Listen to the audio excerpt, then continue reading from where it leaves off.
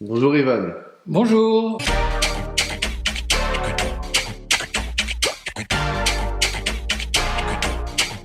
J'aimerais vous parler cette semaine de la paracha Metzora, qui décrit la fameuse maladie de la lèpre et le traitement qui est proposé. Je dis maladie de la lèpre parce que il fallait bien traduire ce mot de tsar'at, mais en fait, quand on lit les symptômes, on se rend compte que ce n'est pas à proprement parler la lèpre, il y a toutes sortes de manifestations, et donc il faudrait parler plutôt d'une dermatose, d'une maladie cutanée, une maladie de la peau, mais sans qu'on puisse en déterminer exactement la définition est propre par rapport à ce qu'on connaît aujourd'hui dans les maladies. Mais quand on approfondit un peu plus, on voit que c'est une maladie extrêmement étrange, pour ne pas dire qu'elle sort des critères habituels. D'abord, on a beaucoup de mal à comprendre comment cette maladie implique la pureté ou l'impureté. Ce sont des notions qui sont sans rapport avec la thérapie. Être pur ou impur détermine si on entre dans le temple ou pas. Et quand on regarde les symptômes, la blancheur de la peau, tantôt elle est signe que on évolue vers la fin de la maladie parce qu'il y a un dessèchement, ou au contraire, parfois c'est signe que la maladie a pris de l'ampleur. Et plus curieusement encore, il y a même un texte qui dit que quand le corps est entièrement blanchi par la maladie, eh bien l'individu redevient pur. On n'a jamais entendu que quand quelqu'un est entièrement malade, il est guéri. En fait, la purification n'est pas une guérison. Et de fait, cette maladie n'est pas traitée par un guérisseur, mais par un prêtre. Et le prêtre n'apporte pas une thérapie au sens propre du terme, il se contente de confiner la plaie, de la contenir et de dire à l'individu qu'il doit se tenir à l'écart de la société pendant une semaine, voire plus. On est donc dans une toute autre catégorie qui n'est pas celle du traitement d'une maladie au sens courant. Ce qui est curieux, c'est que cette maladie, nous dit-on, peut gagner les habits, les maisons. Donc on voit bien qu'il s'agit de quelque chose d'autre. Ceci a amené nos sages à penser que cette maladie, en réalité, dans ses causes même, était liée à un comportement inadéquat.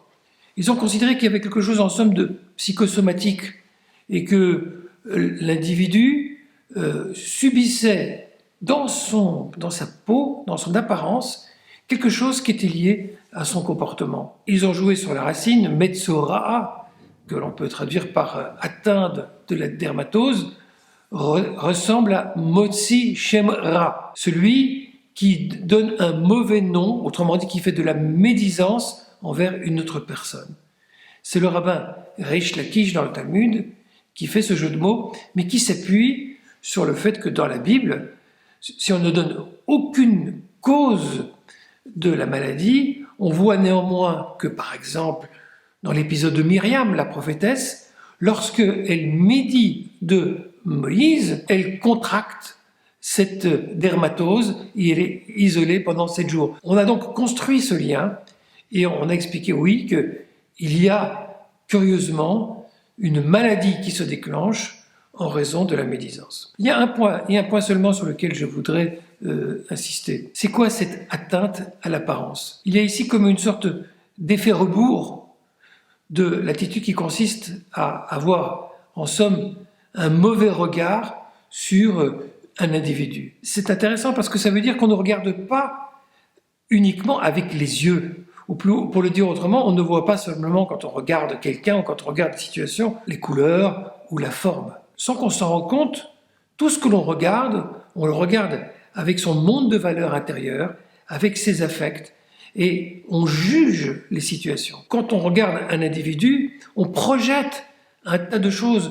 Notre regard, autrement dit, n'est pas neutre. Il reflète notre univers intérieur. Et c'est pourquoi on comprend que nos sages font le lien et disent que celui qui regarde d'une certaine façon et quand il est malveillant, il y a quelque chose qui en somme induit un effet à rebours qui fait que nous-mêmes, notre propre apparence, notre propre être est affecté par la manière dont on regarde les choses. Cet enseignement, qui reste bien entendu très mystérieux, nous invite à réfléchir à une chose. Nous sommes dans notre univers constamment dans la relation.